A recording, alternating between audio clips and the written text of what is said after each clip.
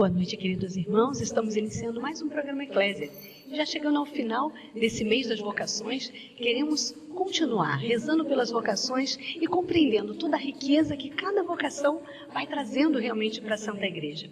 Hoje, para falar da vocação de 3 mulheres que realmente fizeram muita diferença e total diferença em seus tempos específicos e que até hoje influenciam todo o nosso pensar a igreja, o nosso pensar o amor de Deus, que são as 3 Terezas. E para falar um pouco de Teresa d'Ávila, de Teresinha do Menino Jesus e da Sagrada Face e de Santa Teresa de Calcutá, nós estamos aqui com Antônio Carlos Santini, da comunidade Nova Aliança. Boa noite, Santini, muito obrigada pela tua presença. Boa noite.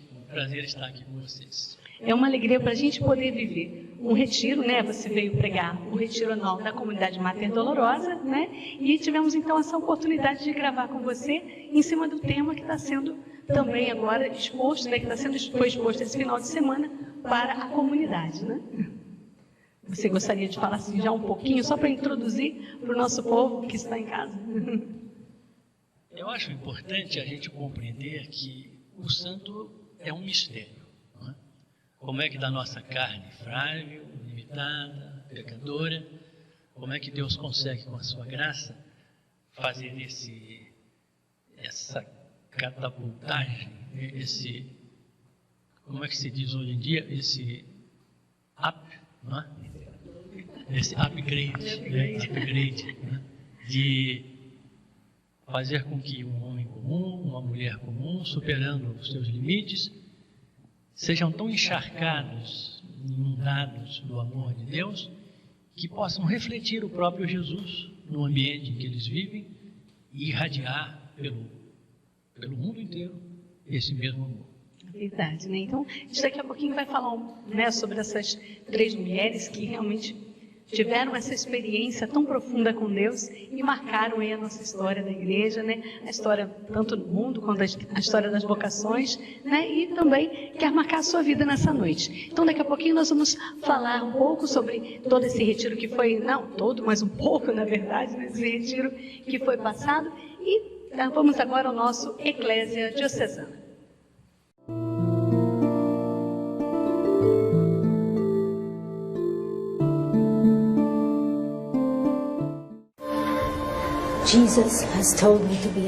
Jesus ordenou que eu fosse freire e que estivesse entre os pobres. Essa é a história da freira que nasceu Inês, passou a se chamar Teresa, adotou como sobrenome Calcutá e se tornou a Santa dos Pobres. Nascida em 1910 numa família católica, professou os votos perpétuos aos 27 anos na congregação das Irmãs de Nossa Senhora do Loreto. 9 anos depois, deixou a congregação para nas ruas cuidar dos doentes e necessitados. Em 1950, fundou a Congregação das Missionárias da Caridade, conhecidas no mundo inteiro pelo hábito branco e azul e o trabalho com os mais pobres. Não esqueçam da alegria em seu coração e seus olhos. A religiosa pedia nas ruas ajuda para cuidar dos que precisavam e manter as casas da sua congregação. De onde vem o seu dinheiro? Ele vem. Em 1979, os serviços prestados à humanidade foram reconhecidos com o Prêmio Nobel da Paz. Todo o dinheiro do prêmio foi doado aos pobres. Nesse mesmo ano, ela se encontrou com o então Papa João Paulo II. Mas foi em 1986 que Madre Teresa viveu o que chamou do dia mais feliz da sua vida. Foi quando o pontífice polonês visitou sua casa em Calcutá, na Índia. O cristão deve ser um bom cristão, o muçulmano deve ser um bom muçulmano e o hindu deve ser um bom hindu. Depois de uma vida inteira dedicada aos pobres, no dia 5 de setembro de 1997, ela morreu aos 87 anos, vítima de uma parada cardíaca. Certa vez disse que não saberia se seria santa, mas que com certeza seria a santa da escuridão, porque estaria sempre ausente no céu para acender as luzes de todos que vivem na escuridão. Sou apenas uma pessoa nas mãos de Deus, mas é Ele quem age.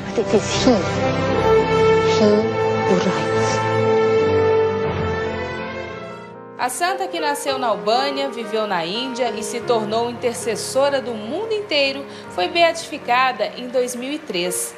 A oração nos faz ter um coração puro, e um coração puro é capaz de ver a Deus. Se descobrirmos Deus, seremos capazes de amar não com palavras, mas com obras.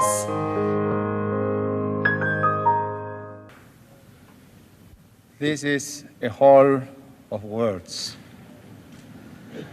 A few days ago, we had in this rostrum the most powerful man in the world.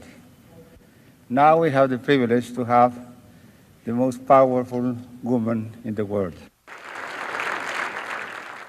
We have gathered together to thank God for the 40 years of the beautiful work that the United Nations have put in for the good of the people. And as we begin the year of peace, let us say the prayer. You have all got one. We'll say the prayer together for peace, for works of love or works of peace. We say it together so that we may obtain peace. Only God can give us peace by uniting us together. Make us worthy, Lord, to serve our fellow men throughout the world. Ele não esconde a alegria de ter conhecido uma santa. E as recordações desta presença amiga estão por toda a parte. Entre elas, o anel com a imagem de Nossa Senhora que ganhou de presente da madre. Presente que veio com um ensinamento. Ao presenteá-la, a madre disse: quando os fiéis vierem beijar seu anel, pensarão em Maria e não em você. Não pensam na Madonna e não pensam na te. Mas Madre Teresa não deu apenas o anel. Ao amigo comastre deu sua presença e deixou lembranças que ele relata com exatidão. O primeiro encontro. Quando fui ordenado em 67, eu só conhecia Madre Teresa através de pessoas que contavam sobre ela. Mas eu resolvi escrever pedindo as orações dela. Depois de alguns meses, chegou uma carta com um papel bem simples. E quando abri, era a madre que me dizia: rezei por você e peço que tenha um coração limpo e aberto ao Senhor. E acrescentou: não se entregue ao Senhor pela metade, se doe por inteiro a Ele. Não dar-te ao Senhor em percentual. Um ano depois desta carta, a madre veio a Roma pela primeira vez. Eu fui encontrá-la. Ela segurou minhas mãos e me perguntou: quantas horas por dia você reza? Meio perplexo, respondi: Madre, esperava que a senhora me perguntasse quanta caridade eu faço. E ela me olhou com aquele olhar intenso e me disse: você acredita que eu poderia amar os pobres se eu não rezasse? Que eu poderia amar os pobres se não pregasse? Rezando, Jesus coloca o amor no meu coração. Eu levo aos pobres que encontro. E completou: nunca se esqueça, Jesus, por causa da oração, sacrificava-se até a caridade para nos ensinar que sem Deus somos muito pobres para poder ajudar o pobre. E destas palavras nunca mais esqueci. Poter aiutare i poveri. Queste parole non ho più dimenticate. Madre Teresa e a oração. Quando pregava, dava a impressão de immergersi. A madre, quando rezava, dava a impressão de estar mergulhada em Deus. A oração era a origem de todas as atividades dela. E com sua vida nos recorda que devemos unir duas palavras de Jesus, que frequentemente nós separamos. A primeira palavra é Eucaristia. Esse é meu corpo dado por vocês. E a outra é: tive fome e você me deu de comer. Tive sede e você me deu de beber. Eu estava nu, pobre, preso. Da Eucaristia aos pobres e dos pobres à Eucaristia. Dei poveri è ritornata sempre l'Eucaristia. Amor em prática. Ogni volta che partecipiamo all'Eucaristia dobbiamo chiederci: Cada vez que participamos da missa, devemos nos questionar: depois desta missa, cresceu dentro de mim o amor? Se não cresceu o amor, a caridade, não rezei. Porque não é possível aproximar-se do fogo e não se esquentar. Sobre isso, Madre Teresa dizia: olhe para Maria. Depois da Anunciação, quando a presença de Jesus se tornou real dentro dela, logo sentiu o desejo de sair, de ir até Isabel e ajudá-la, de viver a caridade.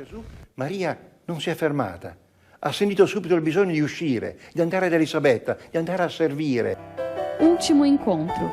Ma non finirei mai. Jamais deixarei de recordar os encontros que tive com a Madre, mas quero falar sobre o último. Era il 22 maggio. Era 22 de maio de 1997. Eu tinha perdido minha mãe há poucos dias. Aí falei para a Madre: minha mãe está agora no paraíso, só que eu estou sentindo um vazio muito grande. E a Madre me disse: a sua mãe agora, no céu, está mais perto de você do que antes. Antes ela estava ao seu lado, de vez em quando. Agora está sempre perto. Quando ti era accanto, ora sempre vicina. O cardeal Commastre, sem conter a emoção, continuou nos contando. E depois apertou minha mão e disse: eu também vou, daqui a pouco, vou para o céu. Mi commuovo, perché mi disse: ti sarò sempre vicina. Uma amizade que deixou marcas de eternidade. Un po' vuoto. E la madre mi disse: Ela me disse: de lá estarei sempre perto de você.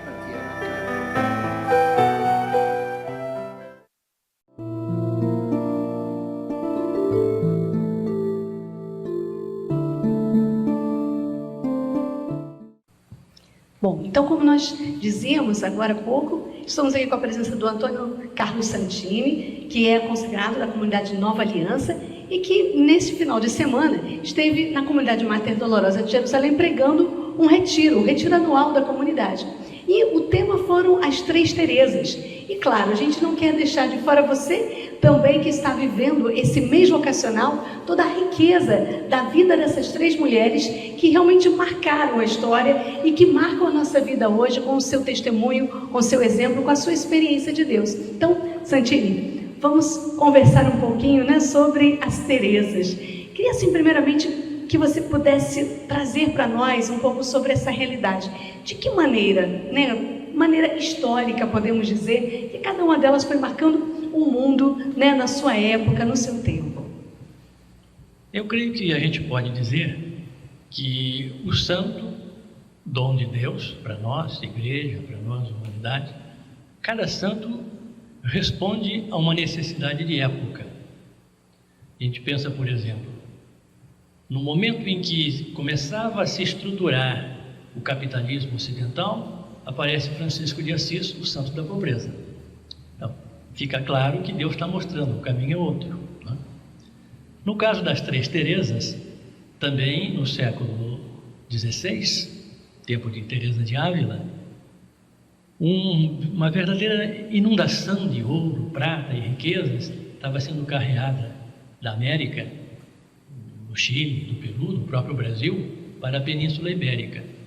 E nesse momento Deus suscita em Teresa de Almada o impulso de renovar a vida dos carmelos, né, que estavam num período de grande baixa, falta de espiritualidade. E Teresa vai, ao criar os novos carmelos reformados, vai restaurar o amor pela pobreza, pela obediência, pela vida de oração, pela intimidade com Deus. 3 séculos depois, no século XIX, quando a França tinha a igreja fortemente marcada pelo jansenismo, purista, integrista, anunciando um Deus castigador, um Deus à distância, e exatamente nesse momento o Senhor suscitou a Teresinha, a pequena Teresa, Teresa do Menino Jesus e da Sagrada Face, para mostrar um outro Deus completamente diferente, um Deus próximo, acessível, um Deus gostoso, um Deus amoroso, um Deus que nos queria acima de tudo como criança. E ela então nos forneceu esse roteiro espiritual magnífico que é o caminhozinho, a pequena via. Mais recentemente, agora no século XX, quando o colonialismo no Oriente, por exemplo, concretamente na Índia, fazia uma multidão de miseráveis, e as cidades como Calcutá eram um verdadeiro depósito de mendigos, de leprosos, de doentes sem nenhum cuidado. Deus suscita em Teresa de Calcutá, cujo nome foi escolhido em homenagem a Teresinha de Jesus. Teresinha de Jesus, que na sua época encontrou um Carmelo renovado graças à primeira Teresa, e nós vemos aí essa continuidade da ação de Deus no mundo. Teresa de Calcutá, então, vê no pobre, no abandonado, no mais pobre dentre os pobres, que era o seu carisma, né? O carisma do seu instituto, vê ali Cristo encarnado. Na expressão de Teresa de Calcutá, o disfarce doloroso de Jesus Cristo. Interessante ver na vida de cada uma delas realmente esse encontro com o crucificado, podemos dizer, né? Sim. Realmente essa marca, esse Cristo, né, que sofre pela humanidade, que marcado pela cruz, que carrega a cruz e que faz também com que esse impacto chegue até elas, mudando a história até vocacional de cada uma delas, né? E esse Cristo passa a ser acessível graças ao santo, porque todo santo reflete pelo menos um lado, uma faceta do grande poliedro que é o Senhor Jesus Cristo. Se Jesus era pobre, Francisco de Assis veio também pobre. Se Jesus era terapeuta e curava, São João de Deus e Camilo de Leles também mostraram essa face de Cristo. Se Jesus era o grande mestre, Domingos de Gusmão veio como pregador, e assim por diante. É verdade. E pensar assim, hoje, quanto à vida consagrada, né? Nós estamos aí no mês das vocações. O que a gente pode assim compreender desse sim à vontade de Deus a partir das Teresas, né? Queria assim que você falasse, elas que influenciaram também outras, né? Também outras que, como Edith, né? Que também assumiu o nome de Teresa, né? E tantos que foram realmente assumindo esse chamado de entrega total a Deus. Fala pra gente um pouquinho dessa influência dessas Teresas sobre a vida consagrada. Essas 3 Teresas são apenas 3 numa multidão de pessoas que certamente receberam o mesmo chamado desde o seu batismo. Essas que aparecem são as que disseram sim. E nós estamos vendo hoje, no mundo afora, um grande número de institutos religiosos que estão na UTI, estão em situação falimentar, digamos assim. E se esses institutos estão nessa situação, é porque se afastaram do carisma primitivo da sua fundadora, do seu fundador. No caso de Teresa de Ávila, o trabalho, a missão dela foi exatamente de reavivar o carisma, de voltar às fontes e contra a expectativa e contra a opinião dos seus contemporâneos. Ela, ao dizer sim para Deus, ela possibilitou a renovação dos Carmelos. Nós precisamos, todos nós, as famílias, as paróquias, os institutos religiosos, nós precisamos voltar a contemplar a vida dos santos e procurar olhar com um olhar intuitivo, um olhar perscrutador, como foi que essas pessoas se abriram à graça de Deus, permitindo que elas passassem a ser como um reflexo, um espelho do amor de Deus para nós. Quando a gente fala em vocação, há uma tendência a pensar assim como se fosse uma coisa excepcional, quando não. Casar-se, ter filhos, educá-los para Deus é uma belíssima vocação. Assumir uma profissão excêntrica, quer dizer, que sai de si na direção do outro, como o trabalho da enfermeira, o trabalho do médico, o trabalho do educador, são oportunidades especiais de, por causa do amor de Deus, manifestar também um amor à humanidade e assim ir semeando sementinhas do reino que Deus tem para nós e que às vezes parece tão afastado. Eu tenho acompanhado alguns institutos religiosos e vejo que alguns chegam a ter uma certa vergonha do seu próprio fundador e vão se afastando do carisma.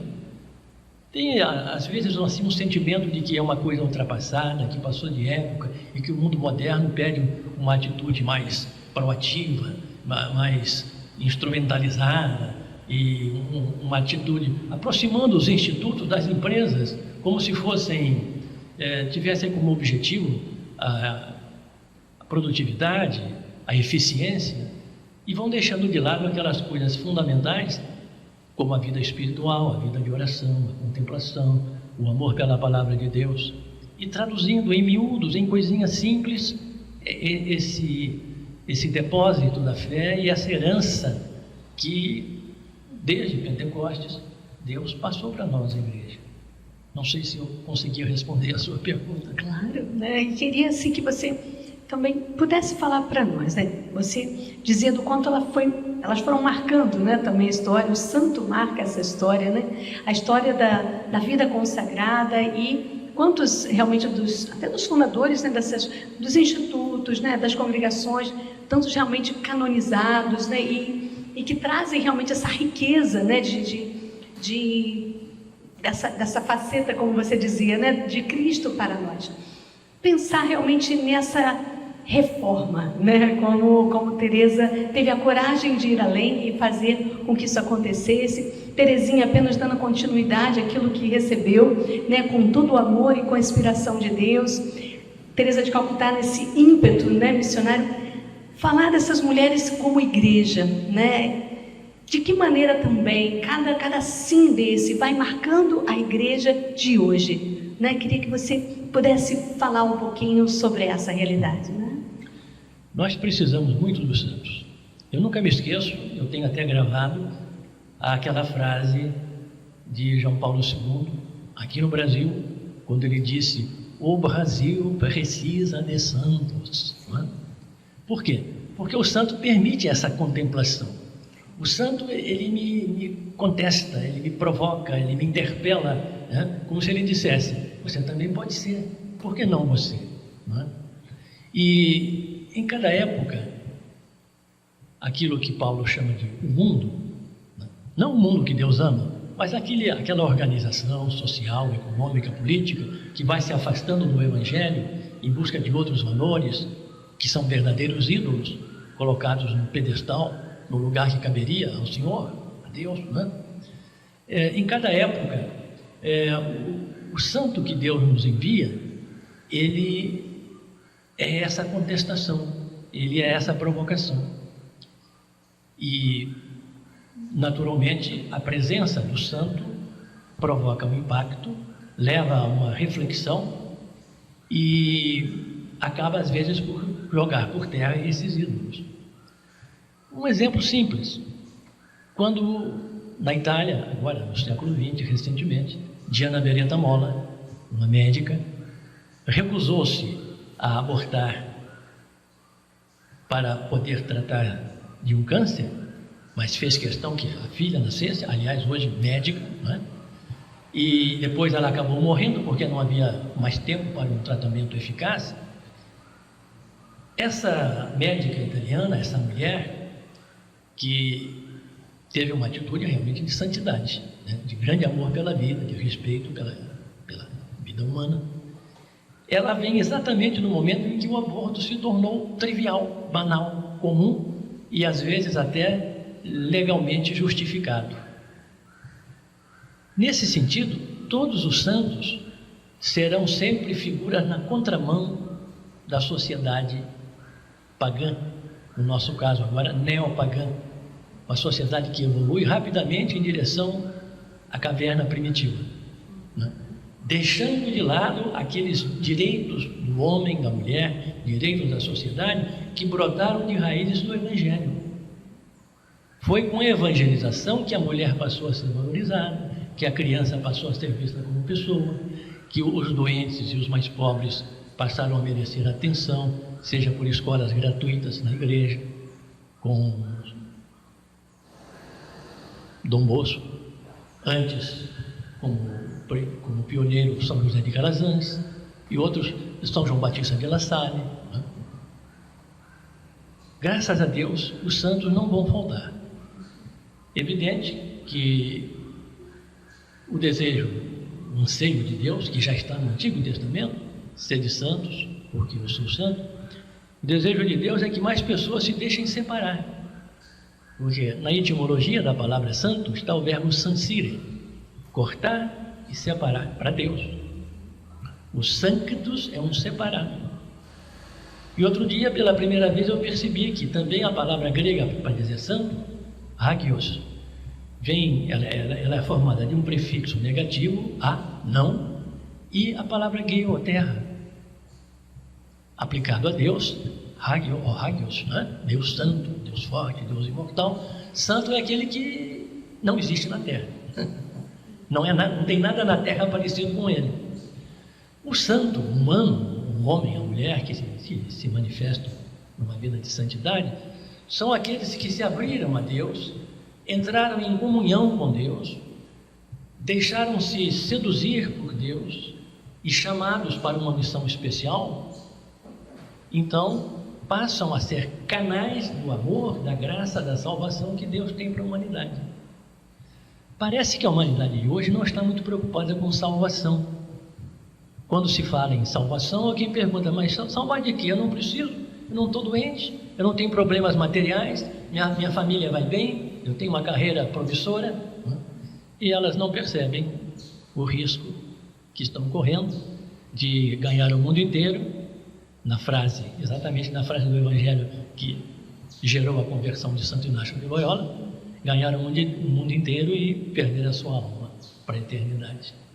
Nós somos uma sociedade extremamente preocupada com o mundo de aquém-túmulo e parece muito distraída do mundo de além-túmulo, que é o que vai perdurar, porque o que está do lado de cá vai passar.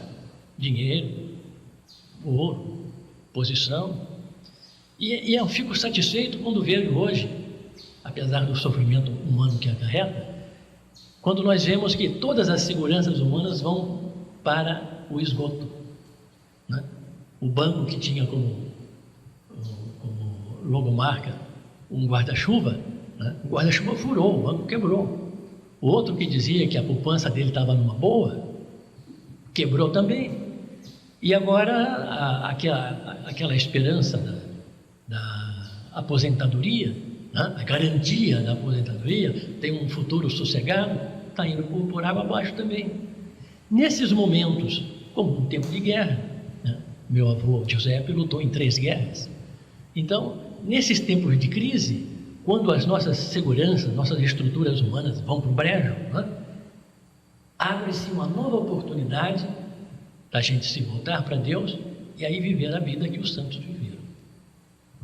Muito bem, assim, diante desse cenário de hoje, né, como você dizia, né, como um neopaganismo, né, que nós caminhamos aí dentro dessa realidade, hoje muito mais do que uma falta de fé ou uma fé frágil, acho que vivemos um indiferentismo realmente muito forte, né? E que às vezes, além de indiferentismo, chega a ser cinismo. É verdade. Pior ainda. É verdade. E que faz com que o homem muitas vezes não consiga ter essa experiência, né? E é interessante, um dos temas assim tratados, né, no final de semana ainda falava dessa falta de vontade que muitas vezes, né, o homem vive hoje, né? Hoje é tudo tão acessível, tudo tão facilitado que não se tem mais aquele caminho de vontade enquanto, né, decisão. E aí quando alguma coisa exige esforço, a pessoa logo recusa. Desiste. E Teresa de Ávila foi a grande doutora da determinação. Isso. É uma das palavras, uma das linhas condutoras do pensamento de Teresa de Ávila, é essa determinação. Iniciar aquilo que foi o chamado de Deus e ir adiante. Com dificuldades, com tropeços, com oposições, com calúnias, com difamações, às vezes até com proibições da hierarquia, e obedecer enquanto essa proibição perdura, mas esperar o momento da graça e não abrir mão da vocação a qual foi chamado. Queria até que você... Nós temos aí um aspecto pedagógico. Claro. A educação hoje em dia, seja na família, seja na escola, não está levando em conta a formação da vontade. O nosso educando de hoje, ele é muito frágil, não tem espinha dorsal, né?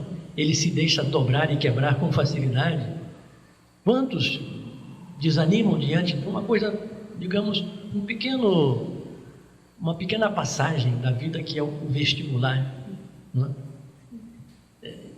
De fato, nós somos hoje uma sociedade frágil.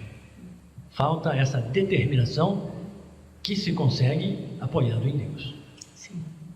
Queria que você falasse assim, essas características como a determinação, né, de Teresa de Ávila, características assim de cada uma delas que hoje podem contribuir muito com os nossos irmãos, com as famílias que nos assistem nesse momento, né, com os jovens que nos assistem, as crianças que nos assistem, aqueles, né, todo o povo de Deus que está aí nos assistindo nesse momento.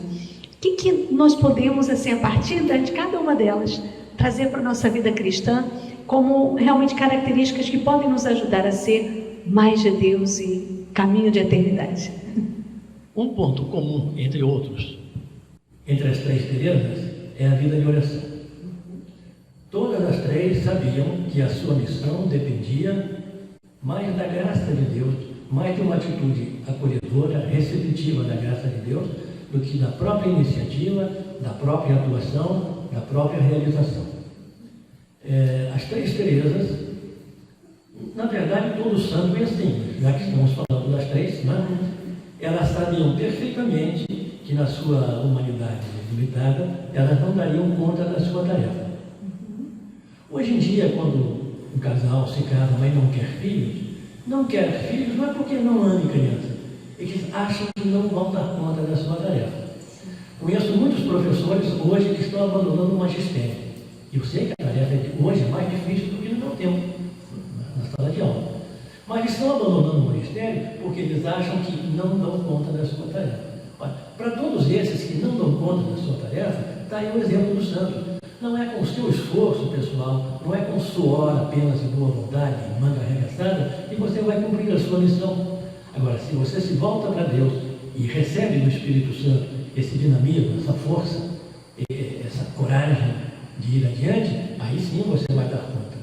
Poderá ser um pai, mãe, vários filhos, poderá ser um educador de muitos filhos, em outro sentido, né?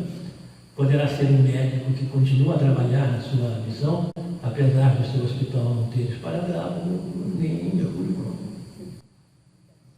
E que podemos tirar essa questão da vida de oração, isso comum às três, próprio de Teresa de Ávila, você falou da determinação. Né? De Teresinha, o que podemos... Saber que é amada de Deus, sentir-se amada de Deus, acolher esse amor de Deus.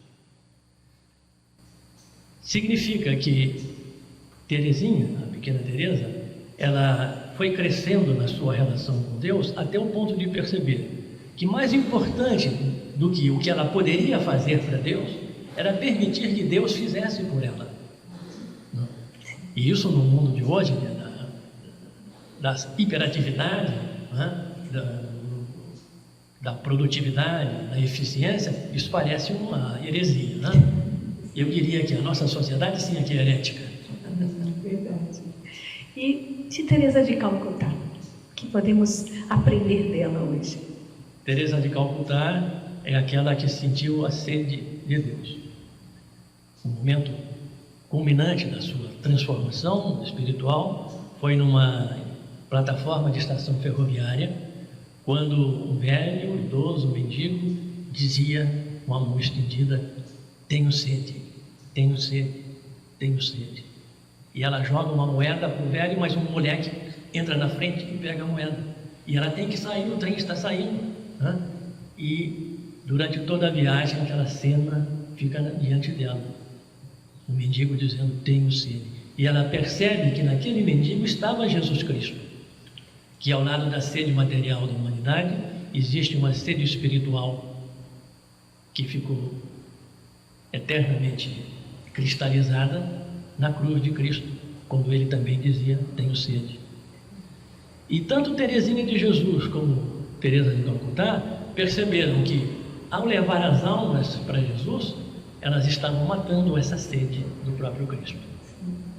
Muito bem. Bom, a gente vai chegando já no final dessa entrevista, né? Então, assim, daqui a pouquinho a gente volta, né? A gente só vai dar uma pausa agora e vamos então ao nosso quadro Aconteceu.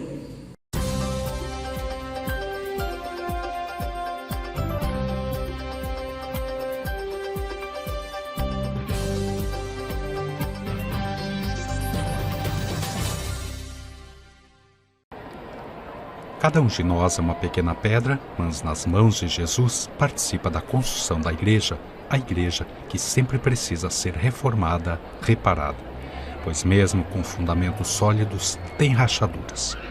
Foi o que afirmou em síntese o Papa Francisco esse domingo na locução que precede a oração do Ângelus. Inspirando-se no Evangelho do dia, que traz uma passagem-chave no caminho de Jesus com seus discípulos, o Papa falou da averiguação que Jesus faz com os seus discípulos sobre quem é Ele para eles, que são seus seguidores mais próximos, que estão com Ele todos os dias e o conhecem, esperando, naturalmente, uma resposta diferente daquela manifestada pela opinião pública que o considerava como um profeta. Anche con noi oggi Gesù vuole continuare a costruire la sua Chiesa, questa casa con fondamenta solide, ma dove non mancano le crepe e che ha continuo bisogno di essere riparata. Sempre, la Chiesa sempre ha bisogno di essere riformata, riparata. Noi certamente non ci sentiamo delle rocce, ma solo delle piccole pietre. Tuttavia, nessuna piccola pietra è inutile.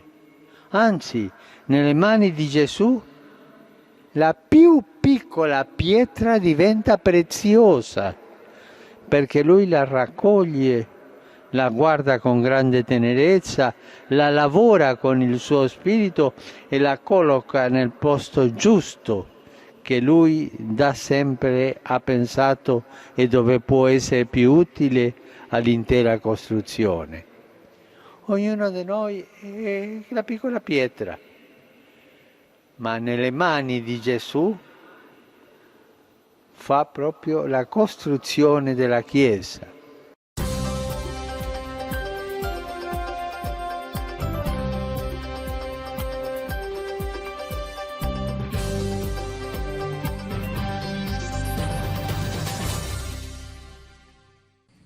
Bem, nós estamos aí chegando já ao final, né, já da nossa entrevista, mas queria que você falasse um pouquinho sobre um último tema, né, assim, antes da gente você deixar uma mensagem final também para o nosso povo.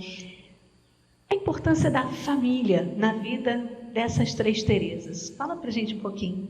Nas três Teresas, Teresa de Ávila, Teresa de Lisieux e Teresa de Calcutá, o mesmo traço comum.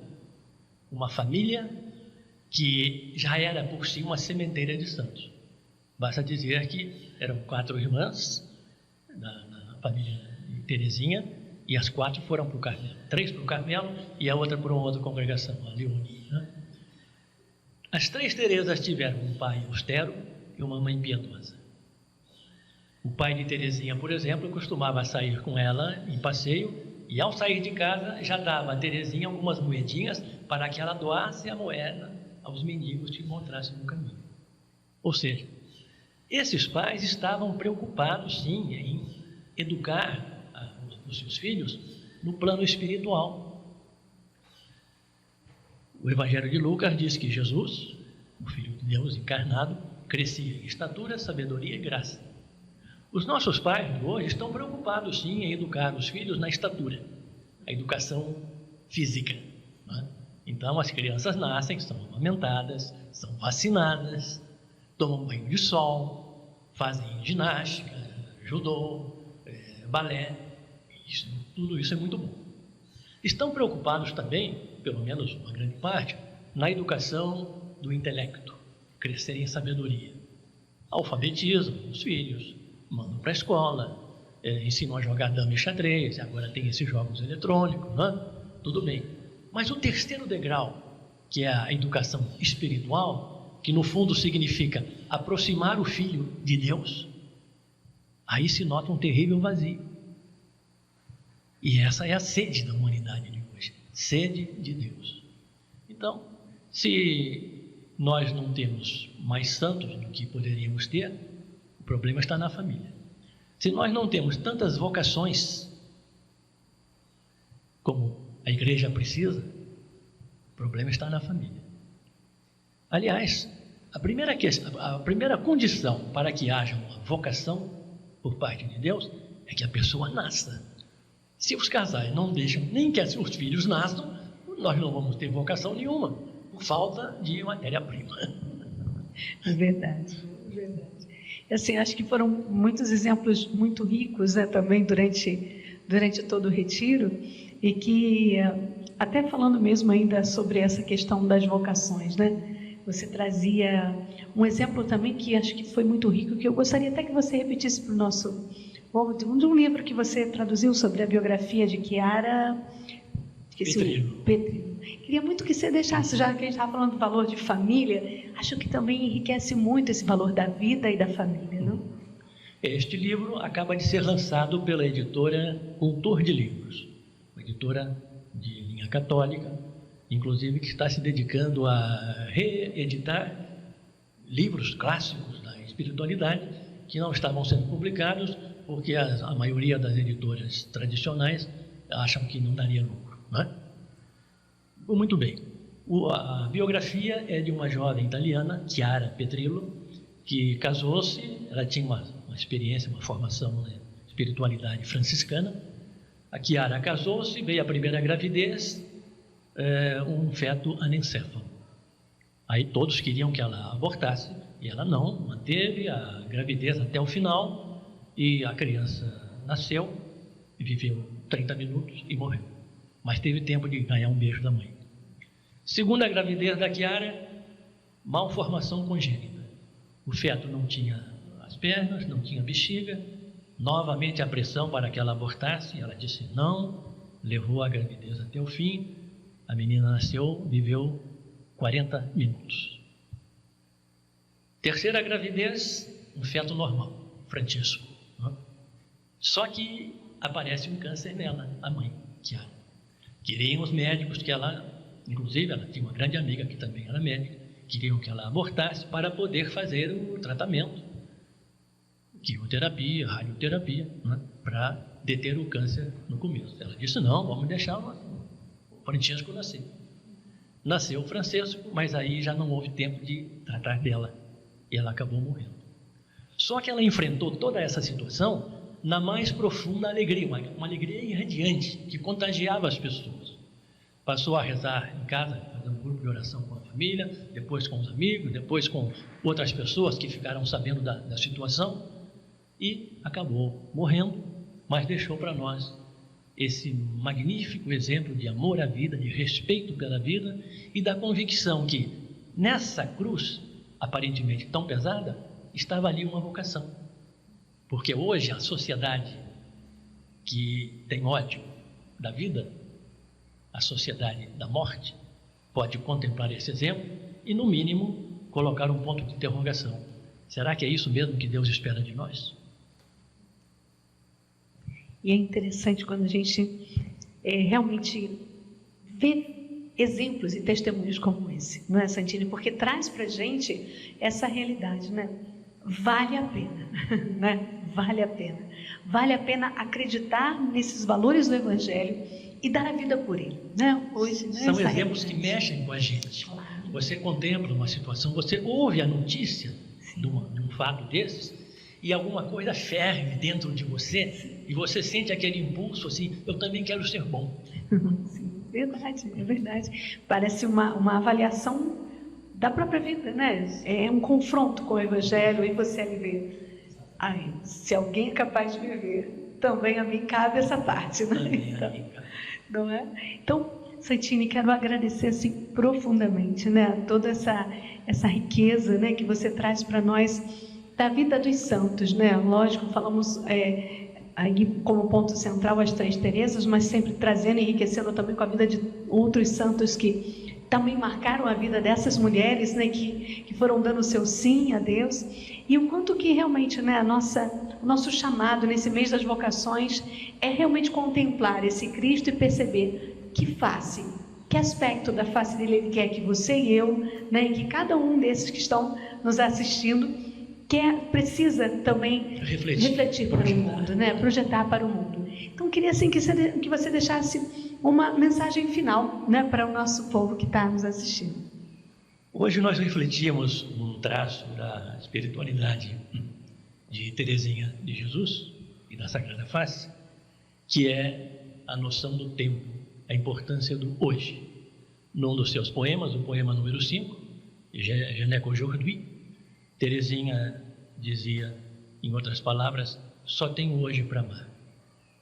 Então, hoje, este momento presente, não o passado que já foi, nem o futuro que eu não sei se virá, mas hoje, neste momento presente, é a oportunidade que eu tenho de ouvir o chamado de Deus, aderir a Ele e iniciar um itinerário de santificação que certamente irá irradiar à nossa volta também uma sementeira de paz, de alegria, uma vida que vale a pena de ser vivida.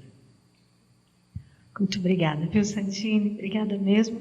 Obrigada a você que assistiu, que está aqui assistindo a esse programa Eclésia. Espero que realmente, né, nesse mês das vocações, você tenha podido aprofundar cada vez mais o que Deus espera da sua vida, o que Deus realmente quer fazer no mundo através do seu sim a Ele, da sua entrega, da sua vida de oração, da sua amizade e intimidade com Deus. Que cada vez mais você possa também aprofundar essa intimidade, essa amizade, para que ela reflita o amor de Deus ao mundo.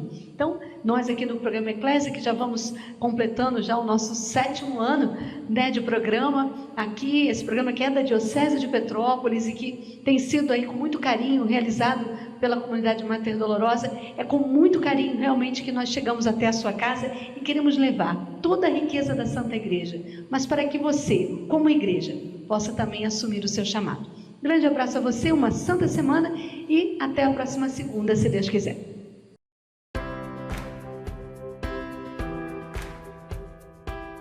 Meu querido irmão, minha querida irmã, tem um convite para fazer para você.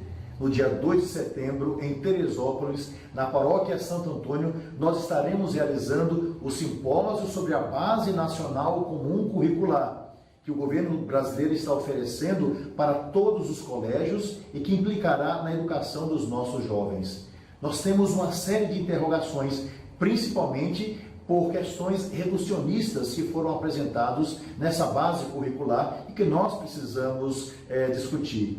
Quais serão as grandes mudanças? O que isso afetará na vida psicológica, intelectual dos nossos jovens? Quais são as grandes reduções? Quais são os grandes avanços?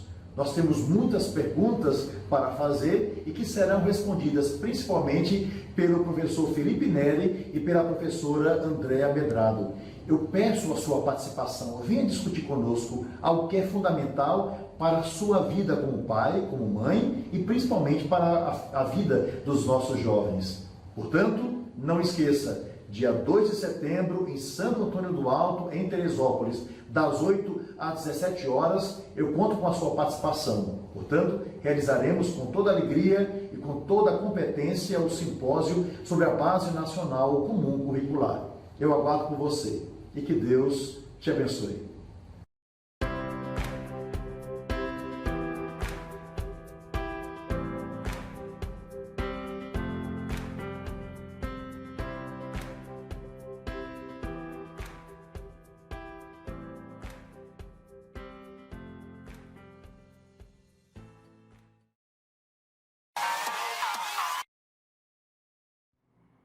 Não existe nada mais importante que a educação de nossos filhos.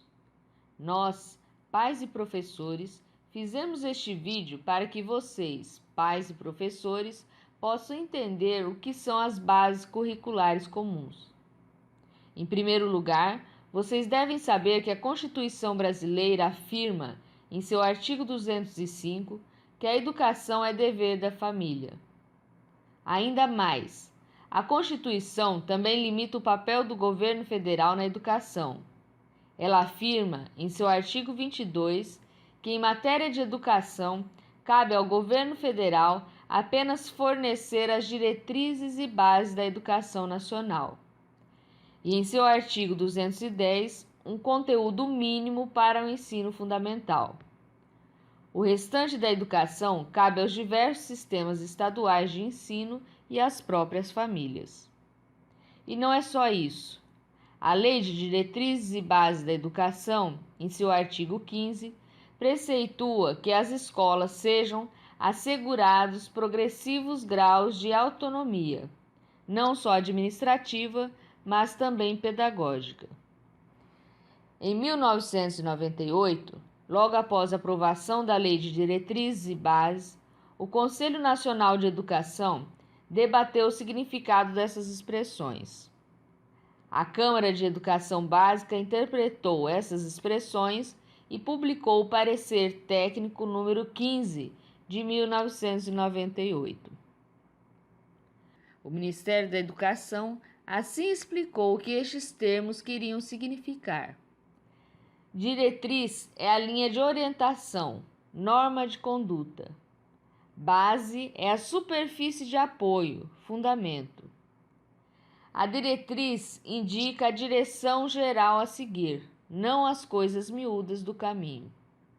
A base significa o alicerce do edifício, não o próprio edifício que sobre o alicerce será construído.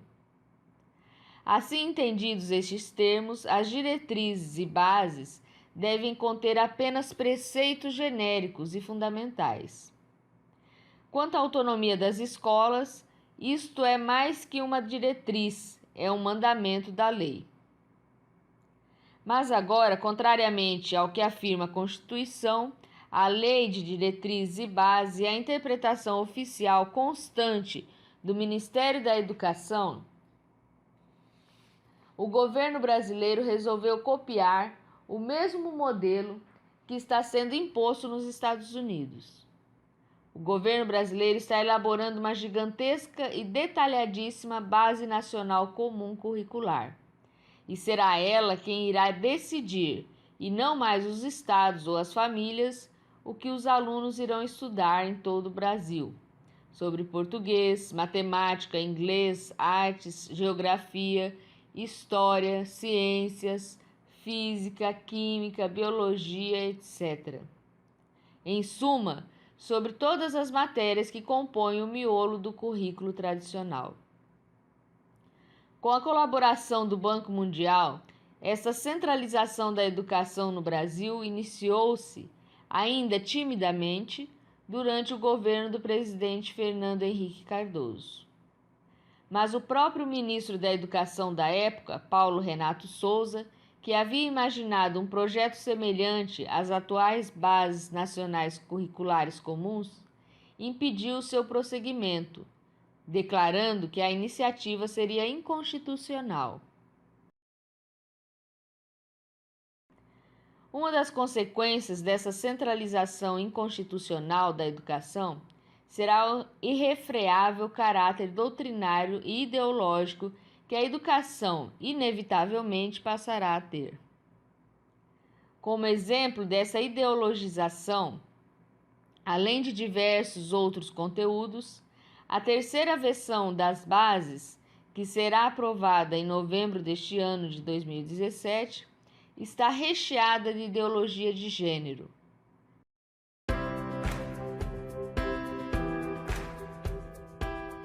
O Papa João Paulo II certa vez nos disse que o futuro da humanidade passa pela família. Você conseguiria imaginar um mundo sem uma família? Conseguiria imaginar as crianças crescendo sem alguém que pudesse orientá-la, sem alguém que pudesse educá-la de forma coerente, de forma honesta? Pois bem, o que estamos presenciando recentemente é que existe uma gama de pessoas que, não sei por que motivo, não sei por que razão, querem denegrir e prejudicar essa instituição que é divina, a instituição familiar, que é inclusive sagrada. No dia 2 de setembro, nós iremos fazer um simpósio em Teresópolis, no centro pastoral da paróquia de Santo Antônio de Paquequer.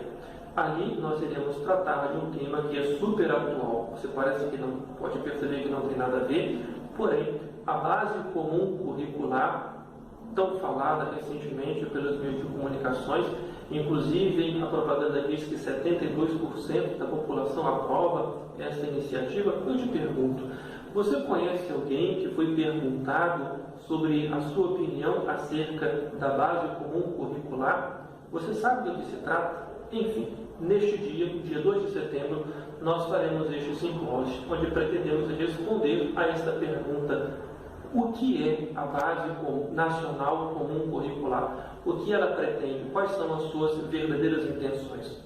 Tente imaginar o Brasil com toda a sua variedade, toda a sua grande cultura e as suas diferenças por regiões.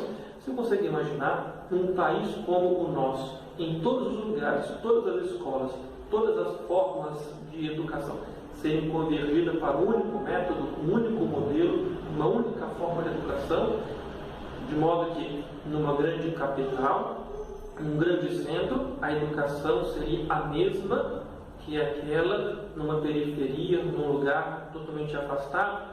Querem nivelar a nossa educação num nível muito baixo. Nós precisamos, ao contrário, elevar a nossa educação e fazer com que todos tenham uma oportunidade igual sim, mas é preciso respeitar a diversidade das pessoas. A título de uma diversidade, querem prejudicar a diversidade. Eu te convido, dia 2 de setembro, na paróquia do Santo Antônio do Alto, em Teresópolis, a vir participar conosco deste simpósio. Entre no site da Diocese, ali você vai encontrar as orientações de como você vai fazer. Deus te abençoe, nós te esperamos ali. Precisamos educar bem as pessoas para um país melhor. Sem educação não existe futuro, não existe cultura. E depois de toda a corrupção que existe no Brasil, agora quer atacar através da educação. Nós não podemos permitir que façam isto com a educação do nosso povo brasileiro. Venha comigo, meu irmão, reze conosco e pense junto conosco uma forma de trabalharmos a fim de que a nossa educação não seja prejudicada. Deus te abençoe, eu te espero lá.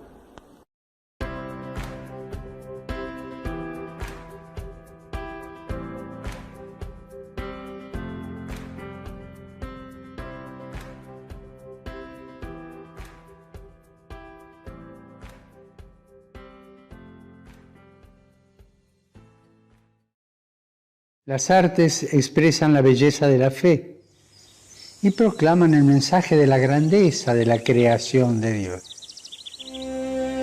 Por eso cuando admiramos una obra de arte o una maravilla de la naturaleza, descubrimos cómo cada cosa nos habla de Él y de su amor.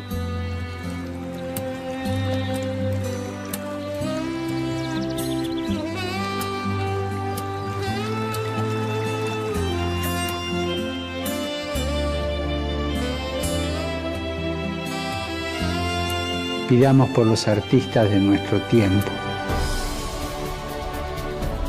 para que a través de las obras de su creatividad nos ayuden a descubrir la belleza de la creación.